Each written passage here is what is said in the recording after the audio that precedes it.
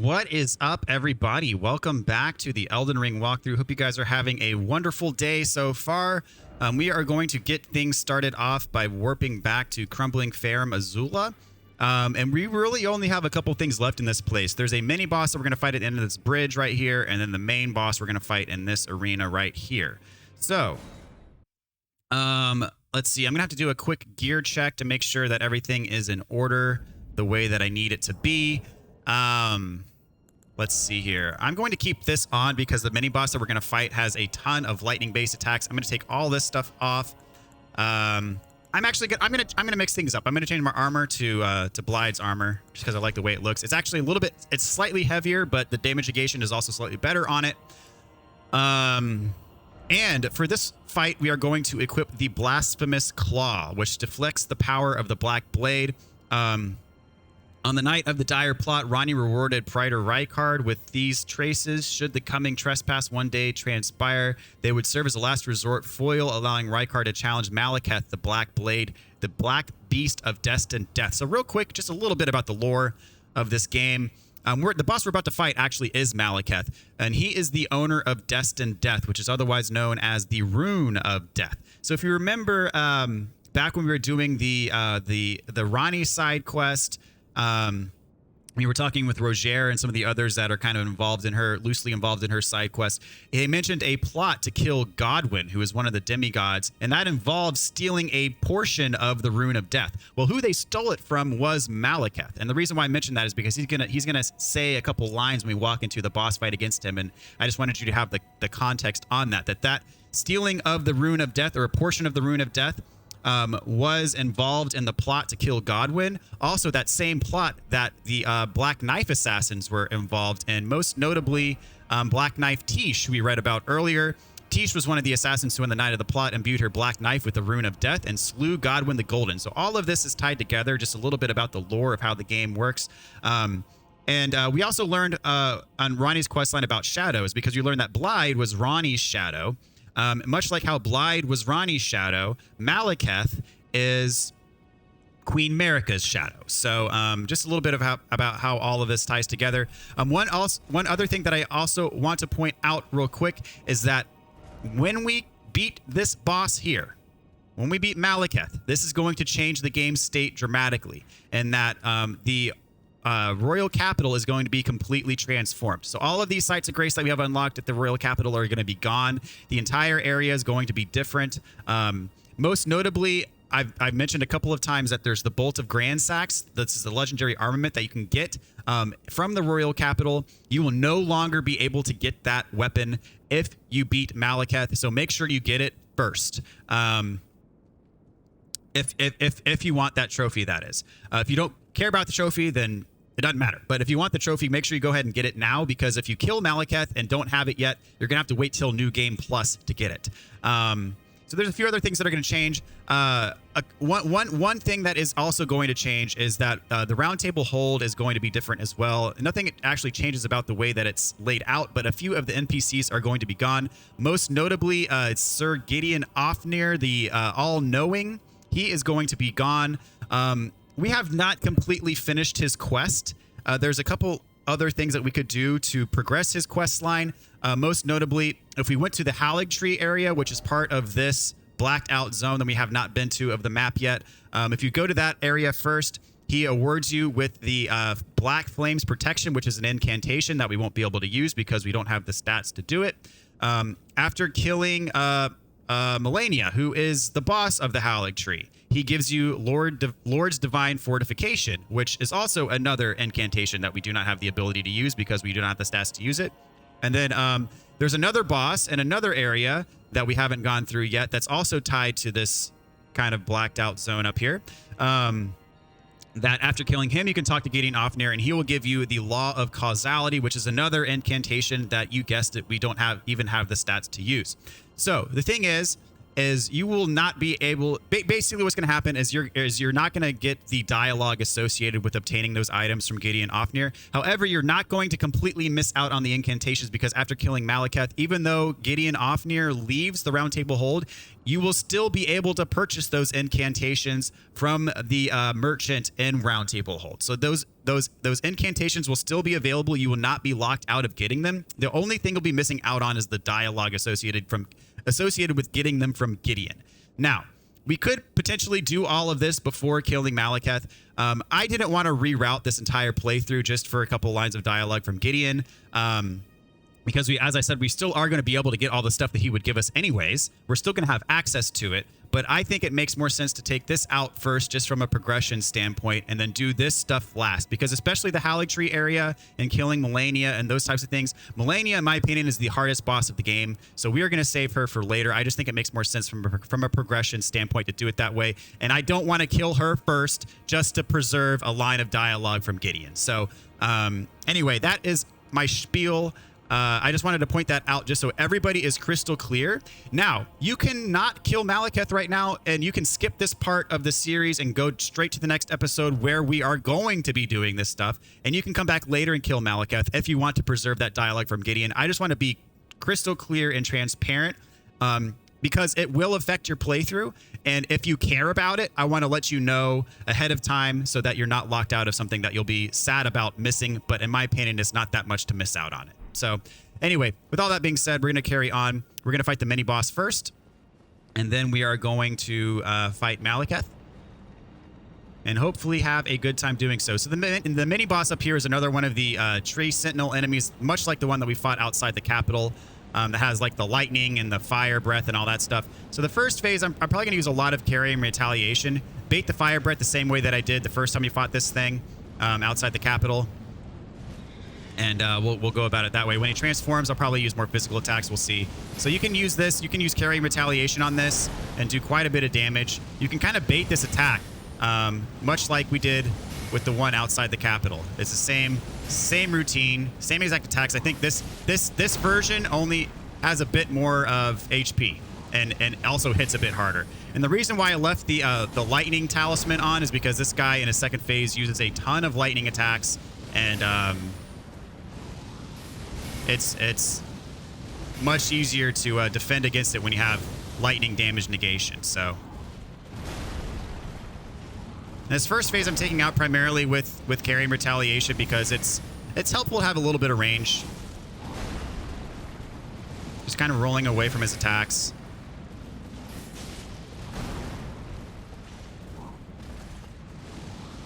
Alternatively, you don't have to do this.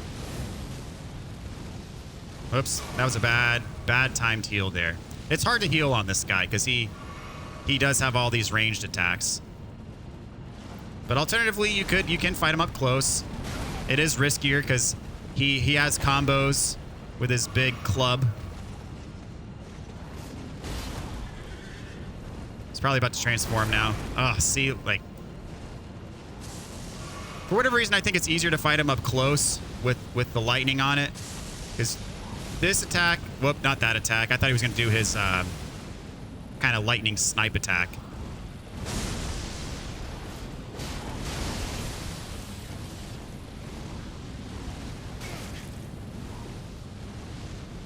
Yeah, that fire attack is...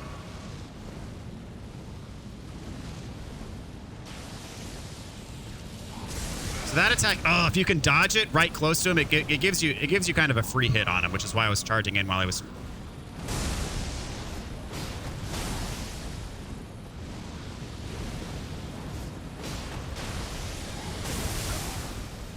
Yeah, even on his close range attacks, you see that they hit for a very large AoE. I gotta use my blue flask here.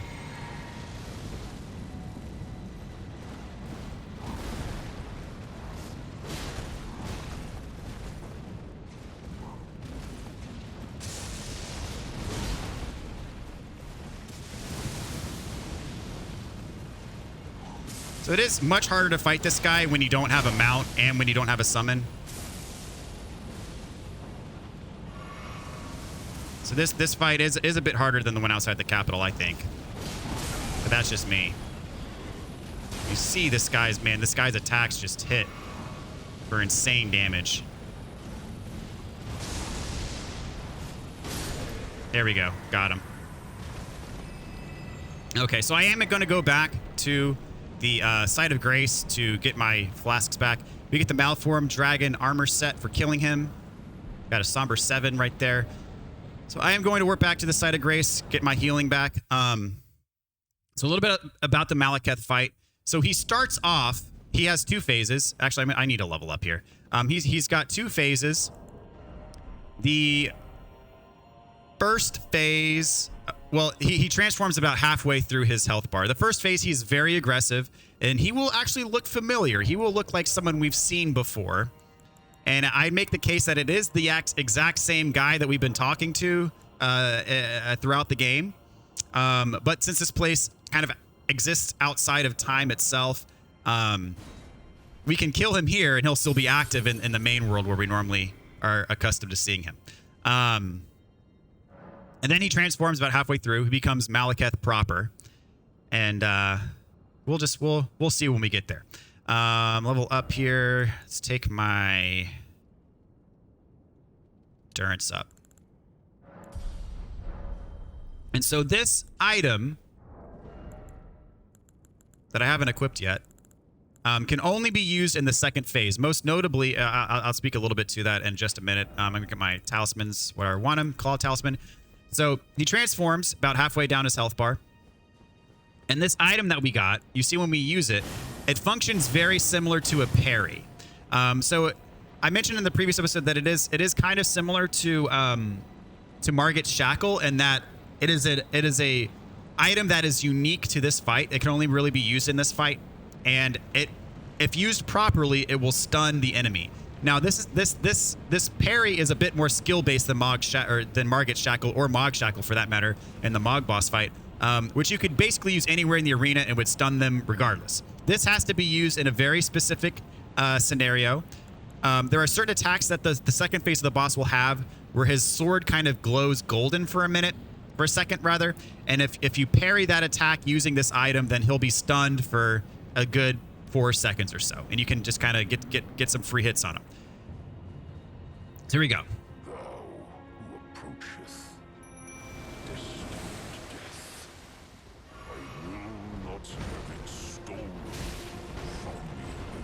So this is the Beast Clergyman. So we've been talking to him throughout the game, giving him death roots up, or down in Caelid, I should say. And he mentioned Destined Death, which is otherwise known as the Rune of Death. He says, I will not have it stolen from me again. So he is here protecting it. And I think this truly is the Beast Clergyman that we've been talking to the whole time.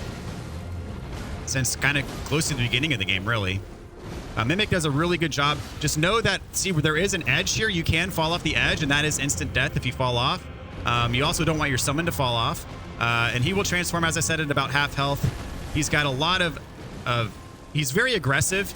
He attacks pretty relentlessly. He's got some gravity attacks like we just saw there. He'll throw rocks at you. He's got attacks with his spear. He's about to enter his second phase right here. So I'm going to let the cutscene play out. One thing I will say is second phase, he will attack you immediately, so be prepared to dodge.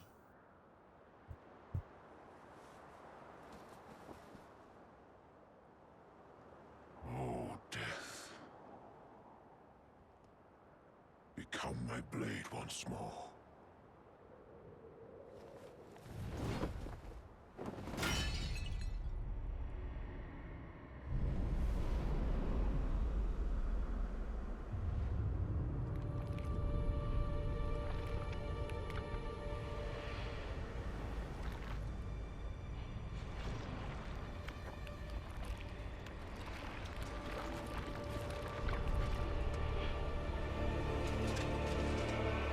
So he reveals his true self as Marika's shadow with the black blade imbued with destined death. And as I said, he will attack you, mimic or not, pretty much always. So be prepared to dodge right when the cutscene's over. I'm going to attempt to use this item. We'll see. It might actually get me killed. So there's this initial attack I said to dodge right away. Again, the attacks he can parry with this item, he jumps up and his sword will turn kind of golden. Back away from this. This one right here. Right here. And we got the parry right there. So you don't have to do this. Watch out. He's going to swing his sword down, but then you get a couple more hits on him. You absolutely do not have to do this to kill him. I just wanted to kind of showcase that skill that is unique to this fight. I'm going to finish him off without using it again.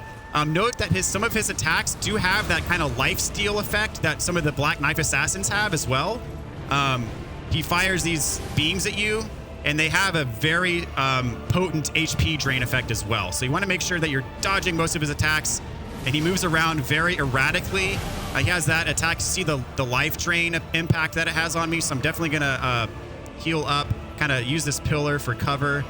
You see my maximum HP has been drained, and so I just need one more hit on him. You know that bosses go psycho. Not really, but when I'm fighting them, at least, it feels like they go psycho, and I can't get that last hit on them, but yeah, there we go.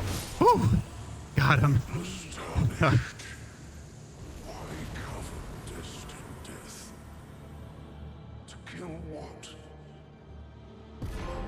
All right, so we get the trophy for Maliketh, the Black Blade. We get the remembrance of the Black Blade as well. And a whole ton of runes here.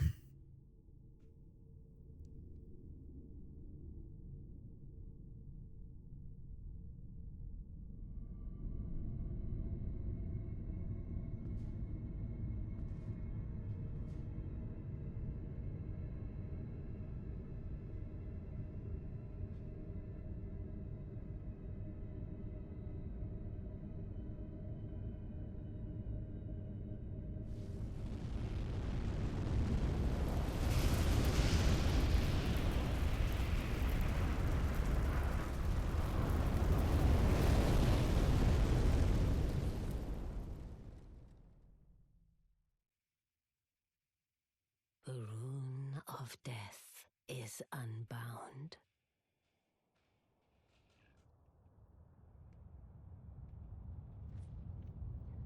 And the lands between are shrouded by death's dark fate. But the flames will also burn the impenetrable thorns.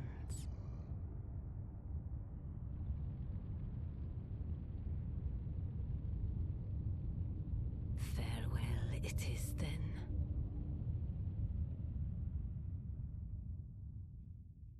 You'll be Elden Lord yet.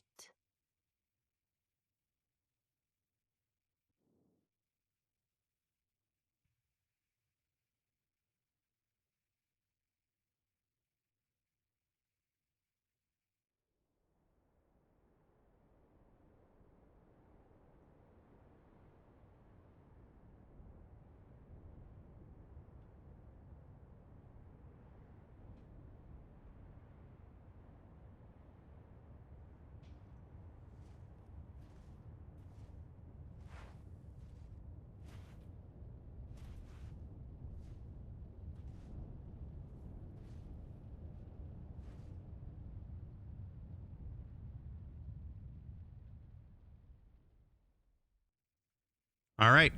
So here we are in Leyndell, Ashen capital. We are here in the capital, but you see it is entirely covered in ash from the burning Erd tree right in front of us. It is a sight to behold. But as I said, once you get here, if you have not already gotten the Bolt of Grandsax, it is gone. You will not be able to get that trophy if you do not already have that legendary armament until your next playthrough in New Game Plus. So we got a Site of Grace right in front of us. This place is largely empty. There's a few items scattered throughout. A couple of them important. Many of them really not all that important. But one thing I'm going to do is you see all of our Sites of Grace are gone. So we just unlocked that one. That's the new one for the Ashen capital. I mentioned a lot of people are no longer accessible, NPCs primarily. Our friend Bach is still here, though. So I'm going to go back and unlock the Site of Grace by Bach, just in case you guys have any desire to fix up your attire and have him do alterations or anything like that. So Bach is still sticking around, doing his thing. He's right there. And we can unlock this Site of Grace right next to him. Also, I'm going to go back to Crumbling, Farum, Azula and properly unlock the Site of Grace here. And then I'm actually going to use this as an opportunity to level up because you see we got a ton of runes from killing Maliketh there. And I just now realized the symbolism. I did not intend this at all, but I put on, I really just put this on because I like the way it looks. And I just wanted to change the thing up because I've been wearing the what was it called? Raging Wolf set. Yeah, I kept the helmet on, but the Raging Wolf set, I've been wearing that for a long time and I just wanted to mix it up and I like the way this one looks. But I realize the symbolism now that I just killed America's shadow dressed as Ronnie's shadow. Interesting. And Ronnie is the one who originally stole the Rune of Death from him, which didn't intend for that to be the case, but kind of cool to think about. Anyway, that's just me being a geek. So we'll level up here. Continue leveling up mind. And we'll leave it at that. So I'm actually going to take a trip back to Round Table Hold here just to show you some things. It's still on fire as it was before. But now it says, as I said before, new items can be purchased from the Twin Maiden Husks. These new items that can be purchased are, in fact, the ones that Gideon would have given to us. As I said before, had we done the Howling Tree area first, and had we done the killed the Lord of Blood boss before this as well. So Gideon is gone. He's left his perch. And I mentioned the three things you can get from Gideon: the Black Flame's Protection, the Law of Causality, and Lord's Divine Fortification. All three incantations that we don't even have the stats to use, so I didn't want to orient my playthrough around getting those things from him, just because I'm not going to use them. I don't need them. But I'm going to show them to you, just so you know that they're there. So here's Lord's Divine Fortification, increases holy damage negation. Law of Causality retaliates upon receiving a number of blows, and Black Flame's Protection increases physical damage negation. We do not have the stats for any of these. So, you know, if you had done all that stuff before killing Maliketh, then Gideon would have given them to you when you talked to him. But since we did not get them before killing Maliketh, you can buy them here. Just wanted to point that out and be crystal clear about everything. So really, the only thing that we truly missed out on is a few lines of dialogue from Gideon, which, again, I didn't want to reorient the entire order of doing things here just for that dialogue. And we also got the Remembrance. And so she's not responsive anymore, but we can still receive power from Remembrances. So here we've got Maliketh's Black Blade. Very cool weapon. Requires strength, dex, and faith to use. Unique skill, Destined Death. Set free the remnants of Destined Death, plunging the greatsword into the ground to summon a myriad of blades. In addition to dealing immediate damage, this attack reduces the enemy's max HP and continues to wear down HP for a short time. So very cool skill. Let's see, and then the description again goes, after a fragment of death was stolen on that fateful night, Maliketh bound the blade within his own flesh such that none might ever be able to rob death again. So, very interesting stuff. We also get the Black Blade incantation if you want it. Creates an illusory black blade, then leaps forward to deliver a spinning slash that emits a wave of light. Can be followed up with an additional attack. This blade was once imbued with Destined Death. In addition to dealing damage, reduces foes' max HP and continues to sap their current HP for a very short time. So very solid skills here. Or solid skill and a solid weapon here. Can't go wrong with either of these if you really want to use them. I do not plan on using these in this playthrough, so I'm going to pass on them. But I just wanted to chat about it real quick. So that being said, we're going to warp back here to Leyndell, the capital of Ash, which is... You know, this is a required area to go through to beat the game. There's a few things that we can do here that I'm going to do here, including a legendary talisman. So, I'm not going to go to the section of this area that's going to trigger the end game, but I am going to do everything that we can do here without triggering the end game. So don't worry about end game stuff right now. We are not going to trigger that right now. We still need to finish the optional area of the map before we come back here and properly finish stuff out. Behold, the Erd tree yet stands tall, unwavering, mindless of the scorch of the flame of ruin. Then we are yet golden ones. So a few things I'm going to mark off here. There is like a big rune item here-ish. There's a thing we want to check out over here. Gold mask is going to be like over here. We're going to finish up that quest line. And then the talisman that we want is over here. There are, as I said, there are a few items scattered about. Nothing super duper noteworthy, except, you know, there's that golden rune that is a hero's rune that gives you a lot. There's a couple of like crafting stuff around here that we're going to pick up. This is number 1 that we're right in front of. So we got a rune arc, which is actually pretty good. Then up here, there's a rooftop we can get to that has the golden rune I was mentioning earlier. So up those stairs, that's where you would go to trigger the end game. And it's not gonna, it's not a point of no return, but you're gonna start the pathway of encounters that's going to get you to the end of the game. So just pointing that out. Let's jump over here to this roof. Got a hero's rune 4. And over here we have Brother Corin. This is gonna be the end of his quest line. Oh, it's you. I finally come to understand. The Master is nothing more than a madman, enchanted by a vain and ruinous delusion. He rejected the perfection of the Golden Order, seeking to supplant our glorious faith with his own. Could there be a more pitiable comedy? Look at it. The culmination of perfection, burning before our very eyes.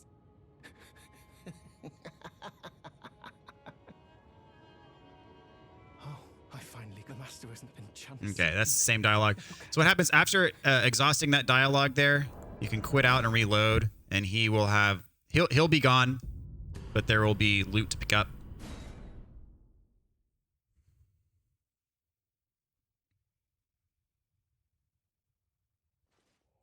There we go. Got his bell bearing, the flail, and his robe. So we can give this bell bearing back to the twin maidens at Round Table, and pick up the incantations he had for sale if you want them. So we can cross over here now, and this is where Gold Mask is going to be.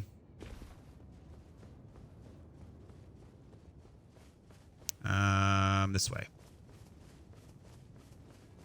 So this officially closes out this quest line. So here's Gold Mask, and we picked up the Mending Rune of Perfect Order. So getting this Mending Rune of Perfect Order, let's check it out really quick. It is a key item. So much like the Mending Rune of the Death Prince that we got from Fia, we cannot use this item, but what it does is it gives you an option for another ending. So this can be used to mend the Shattered Elden Ring, can be used to mend the Shattered Elden Ring. So these are required for some of the optional endings. Neither of these endings are required for a trophy, however. These are just optional endings, non-trophy related, but one of the possible 6 endings that you can get are triggered from these items. So this particular one, a Rune of Transcendental Ideology, which will attempt to perfect the Golden Order. So you can, basically what happens is when you end the game, you can choose to use this rune or do other things that, you know, we'll have the option to do at that point to trigger one of the 6 endings of the game. But as I said, Gold Mask quest is now done, and we have access to his ending. Again, much like Brother Corin, quit and reload, he'll be gone, and there's loot to pick up in his place.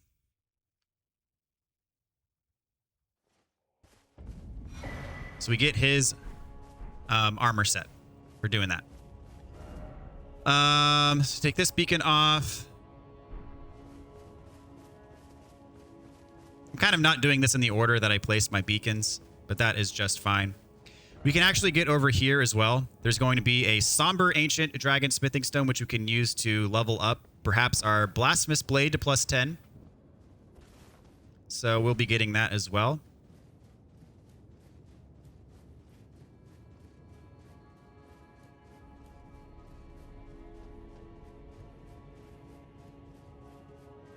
But before doing that, actually no, we'll do this first.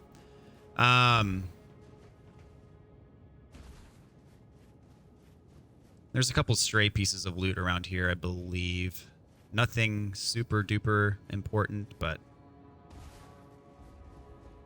so we're gonna go down there in just a sec. Tarnished gold sunflower. And there's a regular gold sunflower on here somewhere, but I'm not all that concerned about it. Let's see. So down here, this is actually an alternate path to the subterranean shunning grounds that opens up after unlocking the Ashen version of the capital. However, there is a talisman down here that you can only get by going down here at this point in the game. So it's very tricky. You want to make sure that you land directly on top of this beam, but it's hard to pan your camera to see exactly where you need to be dropping down. It is very hard to see right where you need to land. I think I've got it. Here we go. So land on top of this beam. Only way to get to this beam is by dropping down from up there. And for your effort, you get the Crimson Amber Medallion +2. Then if you jump over here, this is exactly where we started the subterranean shunning grounds from entering the main way. And as I said, this manhole that we went down is only unlocked at this in-game state of the capital. So you were not able to do that earlier. The only way down there earlier was via the well that we dropped down. So the next thing we're going to do is head over to the dragon. That's going to take us up to the next area that we want to go to. And as I mentioned earlier, this area is largely empty. We got the rune arc. We got the hero's rune. We got Brother Corn and Gold Mask stuff. Those are the things I'm primarily concerned with. If I come across some of the other stuff. Yeah, here's the other one I was looking for. I'll pick it up as we go. Yeah, that's the regular golden sunflower that I was mentioning earlier. So that gate is covered in ash. We can't get through there. So where we need to go now is kind of near this dragon wing, kind of similar to how we got up there in the first place when we did the capital the first time.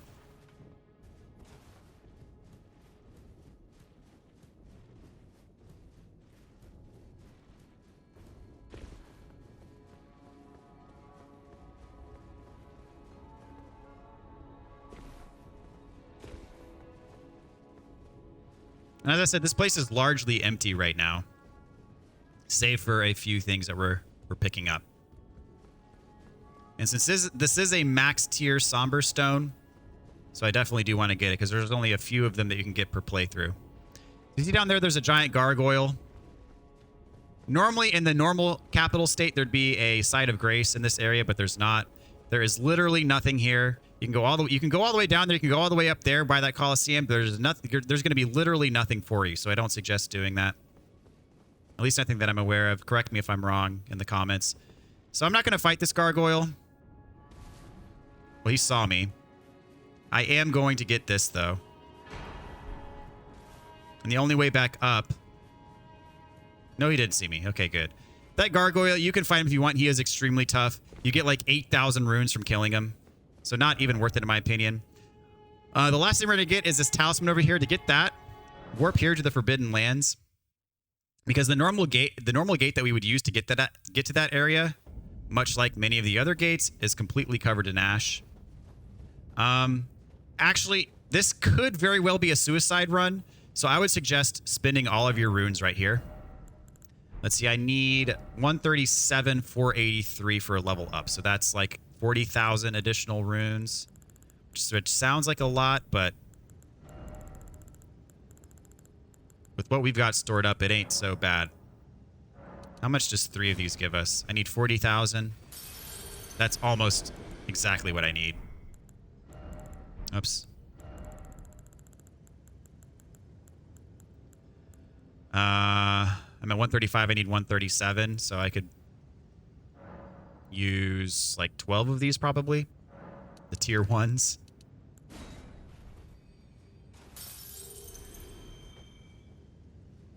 I think that gives me almost exactly the amount that I need. Yeah, I'm within like just over 100.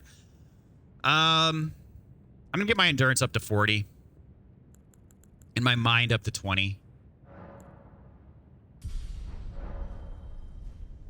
There we go. That was almost perfect. 79 runes to spare. I will take that. And this very well could be a suicide run. You'll see what I mean when we get there. But this is for a legendary talisman. And for a very useful talisman, I might add. I'm actually going to replace one of my current talismans with it when we pick it up. Which also is another reason why I wanted to do this area now instead of waiting. Is because, as I said, the area that's ahead, the optional area, in my opinion, is harder than Crumbling Farum Azula. the bosses certainly are. And this talisman's going to help us. So another good reason to do this area now instead of waiting to do it later just to get the few lines of dialogue from Gideon, which you can obviously do fairly easily on New Game Plus as well. If you want to play through New Game Plus.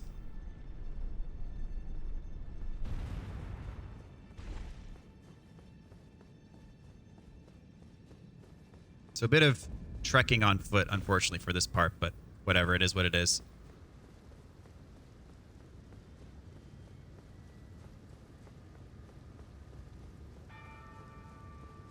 I'm gonna get this guy on the horse. He will be a pushover for us at this point in the game. With our stats the way they are and a plus 10 weapon, this will be easy peasy.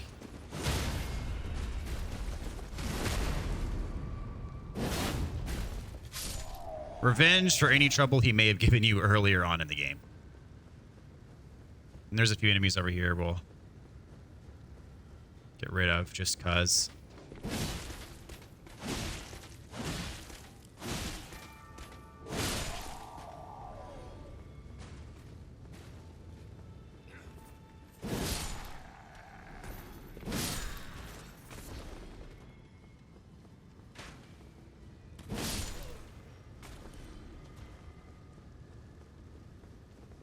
All right, we got to go down this elevator now.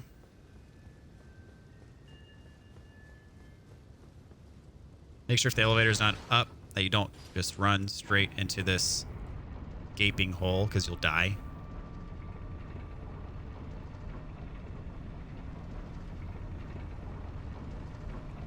And this will be the last thing that we tackle this episode, except for maybe going back to Round Table Hold. Actually, I think there's going to be one more thing that we do before that. Now that I think of it.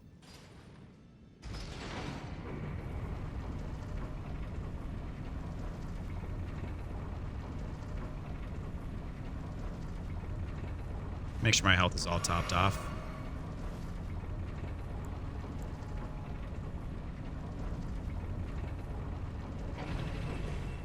Okay. So, this is the only way I know of getting to this spot at the Capitol. You see there's an ulcerated tree spirit down there. All well and good, right? Well, as it turns out, there's two more that are going to spawn when we go down there. So it's a 3v1 ulcerated tree spirit fight. Not something I want to get involved with too intricately. So I am going to get that item that is just ahead of us there, and I am going to bail.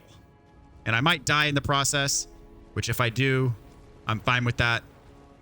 All I care about right now is the talisman. And as I said, it is a legendary talisman required for the trophy, so don't miss it if you're going for the trophy. He just noticed me. I was hoping he wasn't going to notice me right away.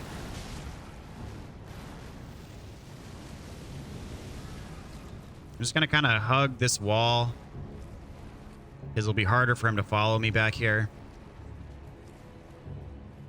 And that's where I'm headed to, that shiny over there.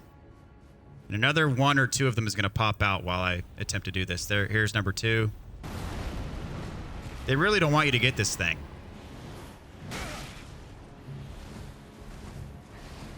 Oh no, I do not want to have to make this run again. I at least want to get the item. Oh my gosh, I just got grabbed.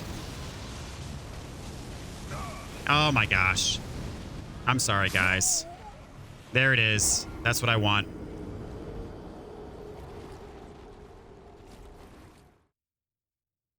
Okay.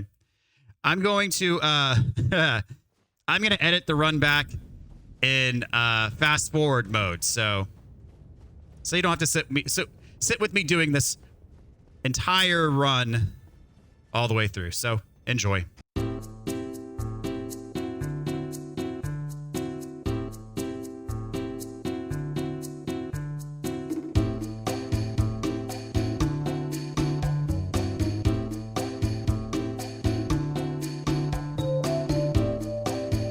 All right, guys, we are back, and gonna try this one again, guys. What I'm gonna do is I'm actually going to equip.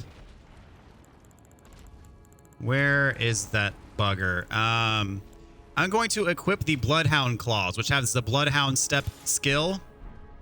And this will allow me to to traverse this area much quicker and get me out of harm's way if need be. I can use Bloodhound Step.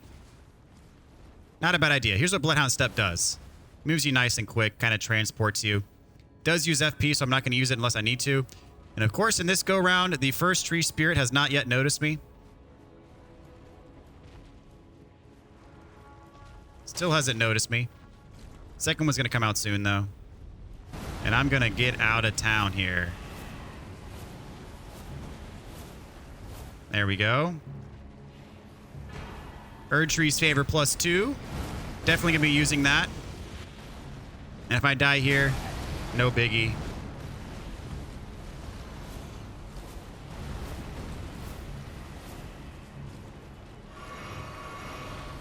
There's the third one.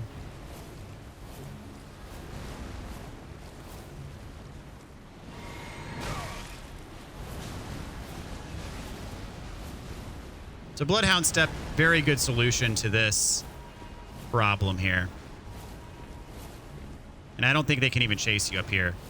But I ain't fighting 3 of those at the same time. Not gonna happen.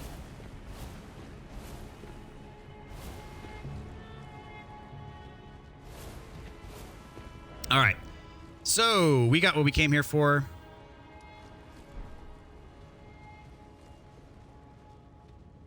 And I think we're good here. Okay, so I'm going to equip my normal sword here. There we go. And let us go back to Round Table Hold. Whoops. And we will turn in our bell bearings that we got. And we'll upgrade our weapon. Which I need to take this off of my... There's no other use for that. I need to take this. I need to pop some runes to be able to afford the upgrade. I'm just going to assume 2 of these will be enough. Has to be more than enough. All right, let's take our Blasphemous Blade all the way up. There we go.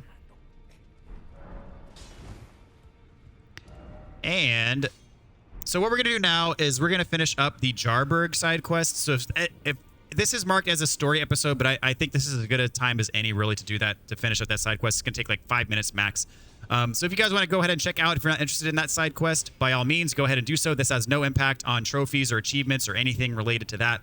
This is pure just for a talisman that I'm not even going to use. So if you want to go ahead and check out, go for it. If you want to stick around for the end of that side quest, then here we go. We're going to warp back to Jarburg.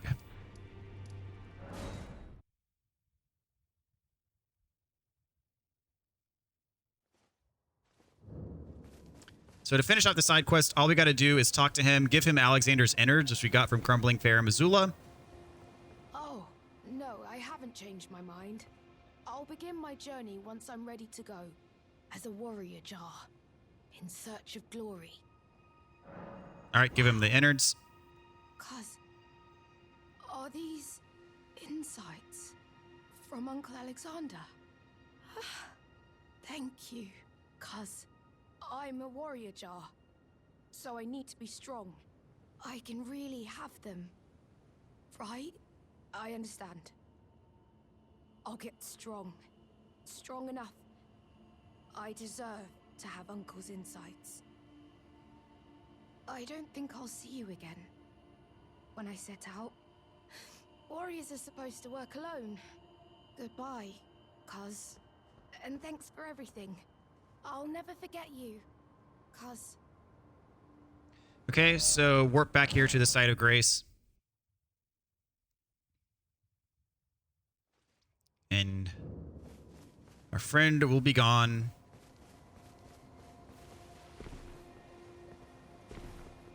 We get the companion jar, which increases the potency of your jar crafted items. And I realize just then in the round table hold, I didn't even give the maidens the bell bearing. So I'm going to do that real quick. I just upgraded and didn't pay the maidens a visit.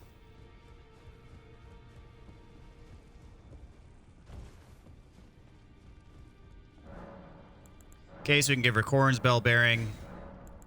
So now, that's up a There we go. Corrin's Bell-Bearing Shop. So we have access to all those incantations that Brother Corrin was selling. So to tee things off for the next episode, we are going to warp here to the Grand Lift of Rold. And here is where we are going to get started next time. So I'm going to go ahead and call this one here. Thank you guys so much for watching, and really appreciate all of y'all's support. And take care. Stay tuned, and I'll see you next time.